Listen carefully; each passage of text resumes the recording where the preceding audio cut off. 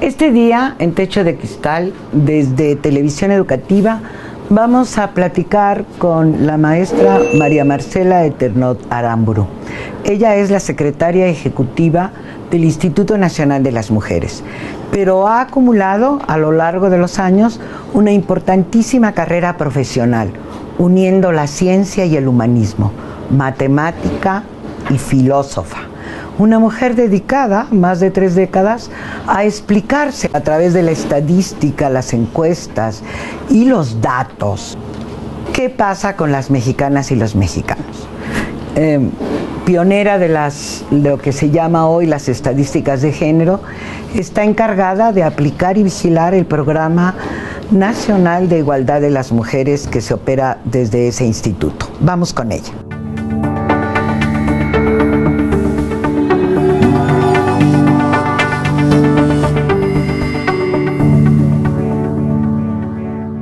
Maestra Marcela Eternot, muchísimas gracias por recibirnos en su espacio de trabajo.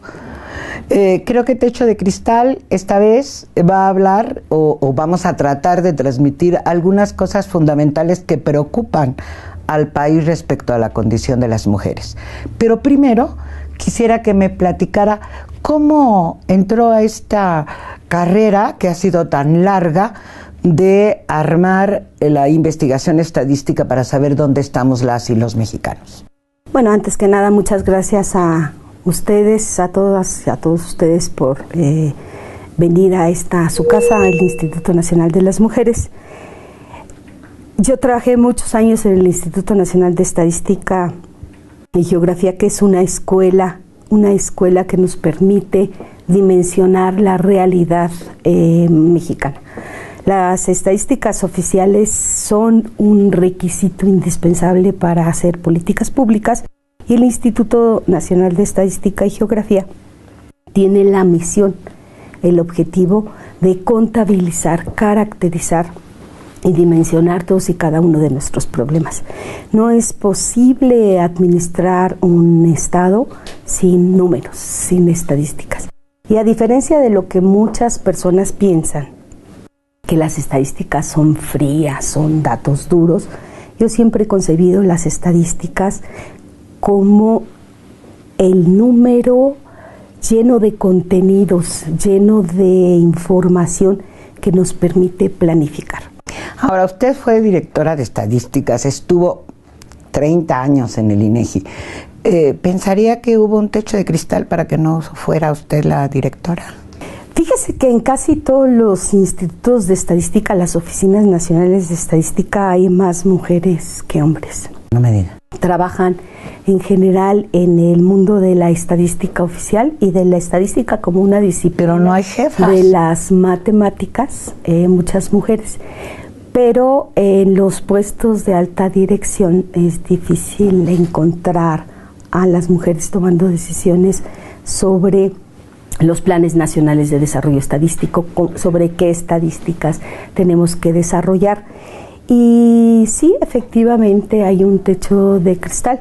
Yo creo que el que yo haya sido directora general de estadística obedeció a muchas pioneras, muchas de mis predecesoras, que como siempre en estos caminos abrieron la brecha, y yo fui la primera mujer directora general de estadística en el instituto y en la Dirección General de Estadística, pero gracias al apoyo, por supuesto, de un equipo excelente de colaboradores, de compañeras, compañeros y de colegas, y a abrir brecha de muchas colegas, compañeras que me precedieron y cuyas ideas, cuyo profesionalismo fue marcando que las capacidades de las mujeres son capacidades tan competentes y tan útiles como la de los varones.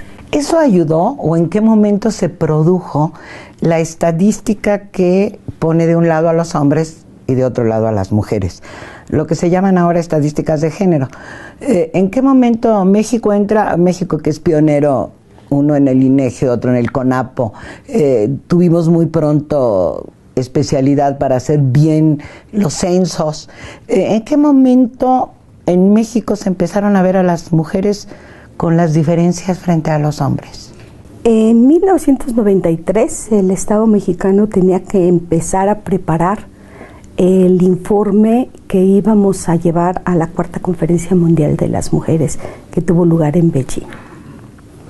En ese momento, la unidad de la mujer del Consejo Nacional de Población se acerca al INEGI para ver cuál es la información que se tiene desagregada por sexo y qué podemos decir de la situación de las mujeres mexicanas en todas las áreas, en la educación, en la salud, en el trabajo remunerado, en la parte de la fecundidad, el crecimiento de la población, de que se están muriendo las mujeres, la mortalidad, la migración, es decir, un conjunto muy amplio de temas. Y en ese momento el INEGI hizo una revisión de su producción de estadísticas económicas, sociodemográficas, y se dio cuenta que muchas de las estadísticas ni siquiera se desagregaban por sexo. Es más, ni siquiera se captaban. Eran los alumnos, eran las personas ocupadas, eran los trabajadores, claro, y no se desagregaba. A pesar de los acuerdos del año 75, yo recuerdo que yo decía ignorantemente que Clara Hussitman había empezado a hacer esto en el país, pero... No, sí, había fuentes de información y Clara Hussitman fue un pilar, por ejemplo, para el censo de 1970, porque Clara Hussitman planteó muy bien cuáles eran las necesidades de información que se requieren para en un censo. Un censo se caracteriza porque es una fuente de información general. Sus preguntas deben ser básicas pero contundentes. Y ahí Clara tuvo un papel muy destacado en toda la conceptualización del censo de 1970. Los censos siempre han desagregado la información por sexo, desde 1895 hasta el último censo que tuvimos en el 2010. Por cierto, este año tenemos un conteo intercensal que es muy importante. En 2015. En 2015 una encuesta intercensal que nos va a permitir tener estimaciones actualizadas de la población mexicana, con todas las desagregaciones por edad y por sexo que nos permiten conocer nuestra situación actual. Pero lo que estaba diciendo es que a pesar de que eso se empezó, o están los datos de hombres y de mujeres desde el siglo XIX, claro, pero en muchos temas no había desagregación por sexo. Les pongo un ejemplo. Hay un famoso formato que es el 911 de la Secretaría de Educación Pública. 911. El 911, exactamente, que es de la Secretaría de Educación Pública, donde se asienta a nivel de escuela toda la información. Eran los docentes, eran los alumnos, no las maestras y los maestros, o las profesoras y los profesores, las alumnas y los alumnos. Entonces no podíamos ver las brechas, las diferencias, las asimetrías entre hombres y mujeres al tener en un solo cajón a hombres y mujeres. Cuando empezamos a desagregar la información por sexo en 1994, que nos dimos a la tarea de desagregarla, fue cuando empezaron a aparecer las brechas de desigualdad contundentes. Era algo que las personas sabían. Sabíamos que había diferencias entre hombres y mujeres, no las podíamos, pero no sabíamos de qué tamaño era la diferencia y cuál era la característica. Siempre hemos sabido que las mujeres hacen el trabajo no remunerado dentro de sus propios hogares. Pero ¿qué tanto trabajo hacen? ¿Con qué contribuye ese trabajo a la economía doméstica? ¿Cómo se organizan las mujeres para conciliar un trabajo remunerado y un trabajo no remunerado? Bueno, creo que no lo de las brechas es fundamental, pero nos tenemos que ir a un corte y vamos a volver para profundizar sobre eso y qué estamos haciendo en el Instituto Nacional de las Mujeres. Vamos al corte. Enrique Peña Nieto es el primer presidente de la República que está impulsando fuertemente la perspectiva de género en todo el aparato oficial de su gobierno. El primer mandatario está respondiendo así a la demanda de las mujeres mexicanas para alcanzar la igualdad sustantiva con los hombres y al mismo tiempo con ello está cumpliendo con los compromisos asumidos por el Gobierno de México ante los organismos internacionales en materia de perspectiva de género. En este propósito presidencial, el Instituto Nacional de las Mujeres tiene un importante papel que cumplir y precisamente en este programa de Techo de Cristal, su secretaria ejecutiva, María Marcela Esternot, nos está explicando en qué consiste esta tarea. Pues yo creo que sí debería de existir una ley, ¿no?, para que se pueda manejar la igualdad, porque aunque se habla y se dice que hay las mismas oportunidades, pues no se respetan, ¿no? No existe. Los países más importantes del mundo, enfocándonos principalmente a Europa, Estados Unidos, pues es lo que llevan a cabo, ¿no? Viendo a Condoleezza Rice, viendo a Hillary Clinton, viendo a tantas mujeres que están al frente del gobierno y de tantos cargos importantes, ¿no? Hay mucho talento femenino en México y yo estoy a favor y ojalá que se dé muy pronto. Nos quedamos en esto de se identificaron las brechas. Y yo lo que digo es que empezaron a tomar medidas hasta llegar aquí, a donde afortunadamente usted es la secretaria ejecutiva, al Instituto Nacional de las Mujeres. Sí. ¿Qué estamos haciendo en ese sentido en el instituto? El instituto hace estos estudios, no los hace. A veces uno se pregunta, ¿y por qué un instituto de las mujeres, no? Cuando regresamos de Beijing, de la cuarta conferencia, Dulce María Sauri fue nombrada al frente del Programa Nacional de la Mujer. Ella cuenta que la primera puerta que tocó fue la del Instituto Nacional de Estadística, Geografía e Informática. El famoso PRONAM. En aquella época. Y fue muy interesante porque desde ese momento, estamos hablando de mediados de 1995-96, a la fecha hemos trabajado los institutos de las mujeres o las unidades o las áreas de las mujeres con el INEGI. El PRONAM hizo un espléndido trabajo para que el INEGI se comprometiera a que en todos sus instrumentos de recolección de información se desagregara la información por sexo. Yo tuve la fortuna en esa época de encabezar el equipo de la desagregación. Ya habíamos hecho la revisión previo a 1995, ya sabíamos que nos faltaba y fue un largo trabajo de construcción de la estadística nacional con perspectiva de género. Revisamos todos los proyectos estadísticos, las encuestas de ingreso, gasto, las encuestas de empleo, las encuestas demográficas, los registros administrativos, los censos económicos y empezamos a construir. Hicimos una alianza. Quiero entender que eso fue fundamental para el desarrollo del instituto.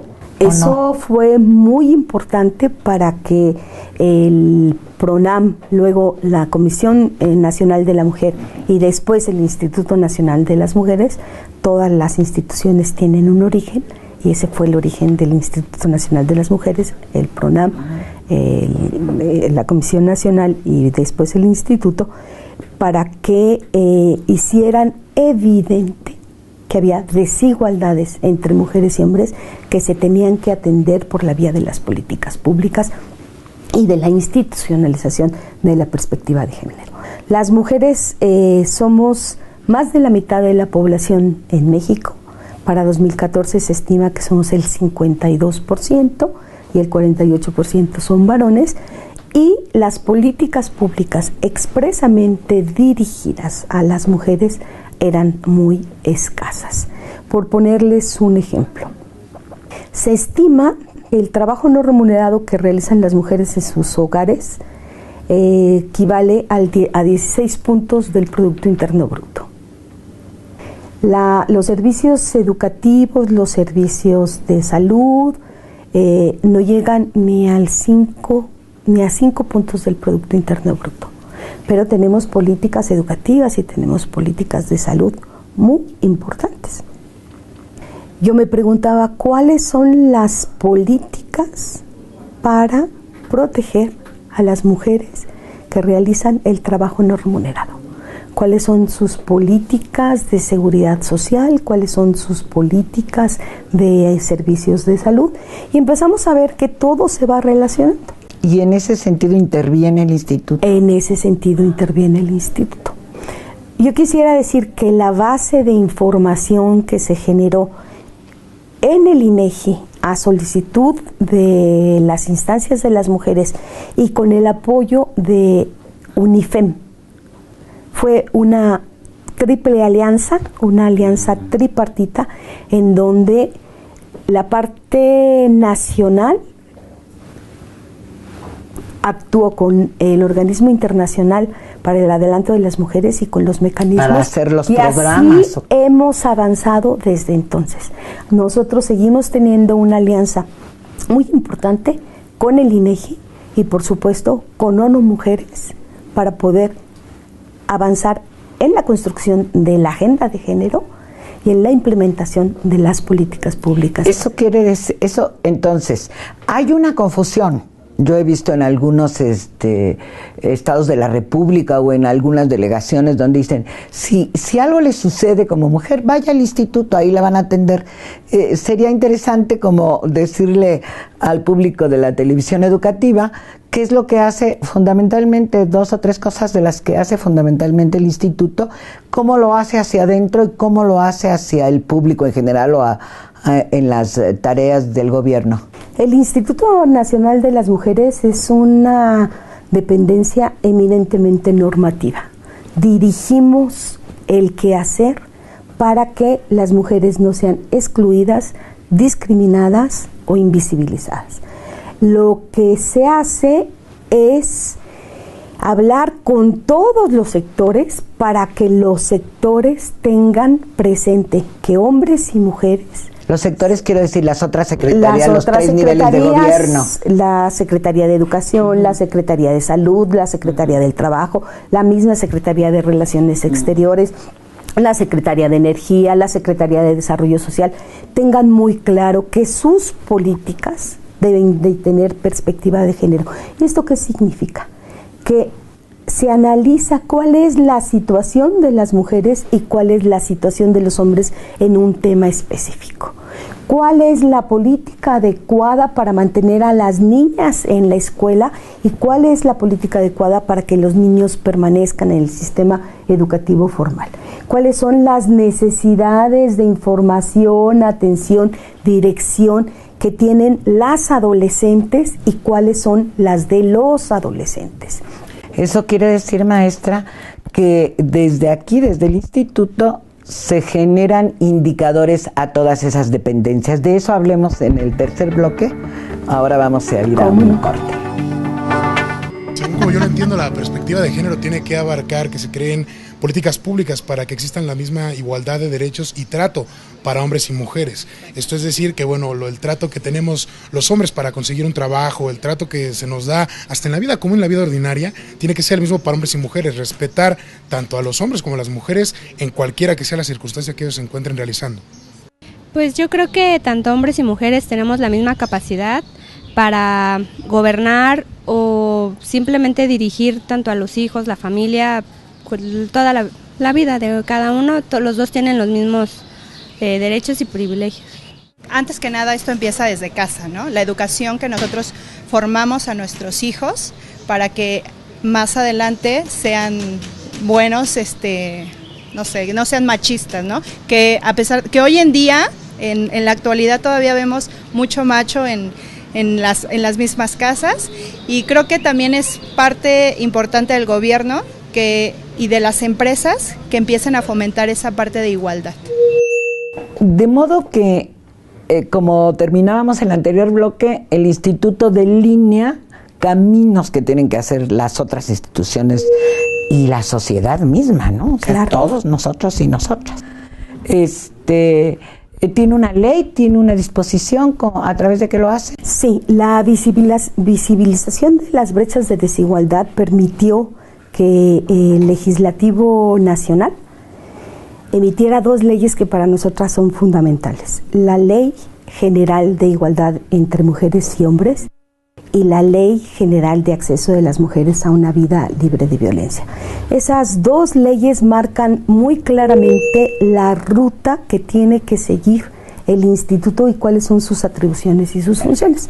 La Ley General de Igualdad entre Mujeres y Hombres obliga a que tengamos un programa nacional de igualdad de oportunidades. ¿Qué es lo que opera el instituto y que usted es la coordinadora y la encargada de que opere? Es nuestra planeación para el Estado mexicano de lo que tenemos que hacer, de cuáles son los grandes retos que enfrentamos para ir reduciendo las brechas de desigualdad, para ir alcanzando la igualdad sustantiva entre hombres y mujeres, para hacer un enorme y muy complejo cambio cultural, porque la cultura de los privilegios con la que nacen los varones es invisible, así como la cultura de las desventajas con las que nacen las mujeres. Entonces, o sea que ese es un techote de cristal, de alguna manera. La manera en que interactúan hombres y mujeres en la sociedad mexicana y los miles de años del patriarcado y los cientos de años de la asimetría en el poder. La esfera pública era de los varones, la esfera privada de las mujeres, y los varones también normaban la esfera privada, con una serie de valores, una serie de actitudes. ¿Y si eso ha ido más o menos cambiando o no? ¿Qué diríamos? ¿Que el resultado de esto de miles de años, cómo se expresa en la vida cotidiana de las mexicanas? ¿Qué diría usted, 3, 4 problemas fundamentales que estamos abordando o que tenemos que profundizar? Un problema evidente es la violencia contra las mujeres. Así es. La violencia contra las mujeres es el último instrumento de control de los varones. Quieren controlar lo que hacen, lo que dicen, cómo viven, quieren controlarlas en todos los aspectos de su vida. Y cuando los mecanismos de convencimiento fallan, entonces empleamos la violencia para resolver nuestros conflictos. No tenemos una actitud de respeto a los derechos humanos que tienen todas las personas, incluyendo las mujeres o sobre todo las mujeres, y entonces tenemos un gravísimo problema de violencia. De ahí el feminicidio, de ahí la inquietud social sobre esto. Fíjese que yo estoy convencida que la encuesta que hizo el INEGI en 2003 de la dinámica de las relaciones en los hogares, que es la encuesta que nos permite medir la violencia contra las mujeres, fue la que detonó que se hiciera la ley de acceso. La encuesta mostró que 7 de cada 10 mujeres habían sufrido violencia y también mostró que 1 de cada 2 vivía violencia por la persona que supuestamente era la encargada de hacerle la vida fácil, más dulce, más amigable, que era la pareja. Entonces la violencia de pareja, ahorita en México, 1 de cada 2 mujeres declara vivir violencia de pareja, ya sea emocional, física, sexual, patrimonial, económica, y lo vemos en otras instancias. Ahorita se está construyendo el concepto de violencia política, o de violencia obstétrica, o de violencia institucional. Otra de las grandes brechas tiene que ver con el trabajo no remunerado, como dice ahora Naciones Unidas, el tema del cuidado. ¿Será? Sí.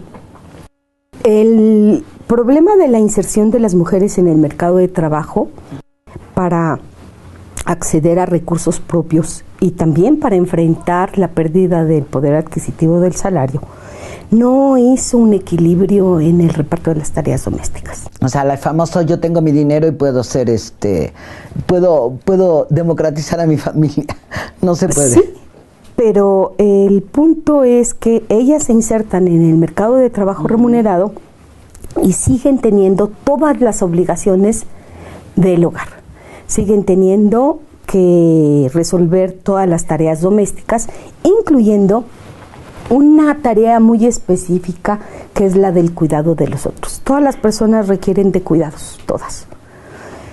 Pero tenemos un cuidado mucho más intenso cuando tenemos niños menores y niñas pequeñas, o cuando tenemos enfermos, crónicos. Y eso lo hacen las mujeres, es lo que usted decía, 16% del Producto Interno Bruto. Eso lo hacen las mujeres, pero la característica del cuidado es que a diferencia de cualquier otro trabajo doméstico, el cuidado se tiene que hacer con el horario que impone la persona a la que se cuida. O sea, yo puedo lavar, planchar, cocinar, encargarme de... Se rompe la estructura de la vida que ha dividido una mujer entre trabajar y pensar que lo demás no lo tenía que hacer, y entonces tienen que dejar los puestos de trabajo. Se ven muy limitadas en sus carreras profesionales. No dejan los puestos de trabajo, no dejan el trabajo remunerado, pero sí tienen que encontrar trabajos en donde se pueda equilibrar. Y muchas veces el desarrollo de las carreras profesionales exige periodos de gran intensidad y de esfuerzo.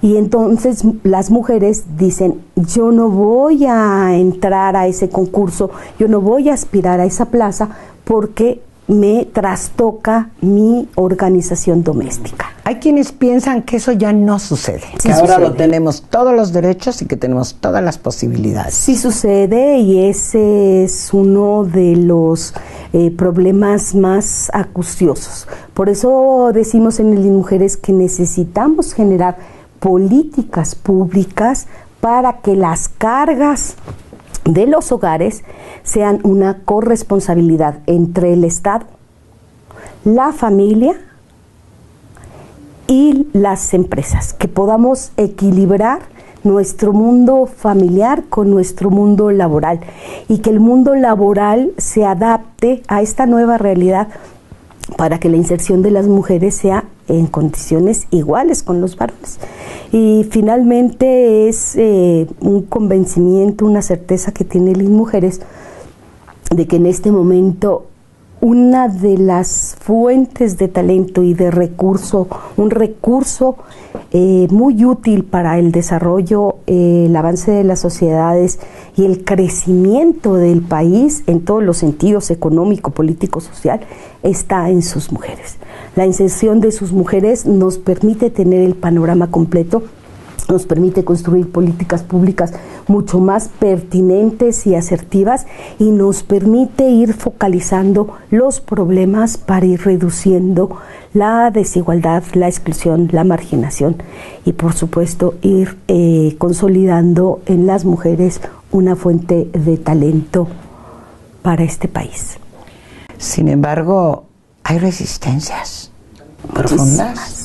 Muchísimas resistencias. ¿Hay todavía leyes que no lo permiten? Cada vez hay quienes menos. ¿No quieren invertir el dinero que reciben para enfrentarlo? Cada vez hay menos, porque hay un trabajo muy consciente de un grupo muy plural y cada vez más amplio de mujeres que están encargadas. Las comisiones de igualdad en los congresos locales están buscando todas estas cuestiones de discriminación en las leyes, de marginación, de desigualdad. Pero el punto ahora es que yo creo que ya logramos pasar el gran obstáculo que era la desigualdad directa, grosera, ¿no? Yo mando, sí. Tú obedeces, yo listo, tú tonta, yo tas. O al revés, usted manda, yo obedezco, usted lista. Ya, pero ahora es como más solapado. Tenemos un discurso muy impulsador, pero un en la discurso práctica, muy convencido, pero perder o sentir que se pierde, porque en realidad cuando las relaciones se dan de otra manera, todos ganan. Cuando los hogares son democráticos, la sociedad gana. Cuando los jóvenes tienen espacio, cuando les damos posibilidades, cuando abrimos los caminos, las puertas, las ventanas, empezamos a negociar de otra manera, tenemos una posibilidad real de crecer como familia, de crecer como comunidad, de crecer como municipio. Quizá nos tenemos que quedar con esa palabra, maestra Eternot, porque el tiempo en la televisión siempre es un azote para quienes estamos aquí en Televisión Educativa. Muchas gracias, maestra Eternot, por recibirnos. Muchas gracias a usted, licenciada Lovera, y muchas gracias a su equipo por estar aquí en el INMujeres. Y nos vemos en la próxima.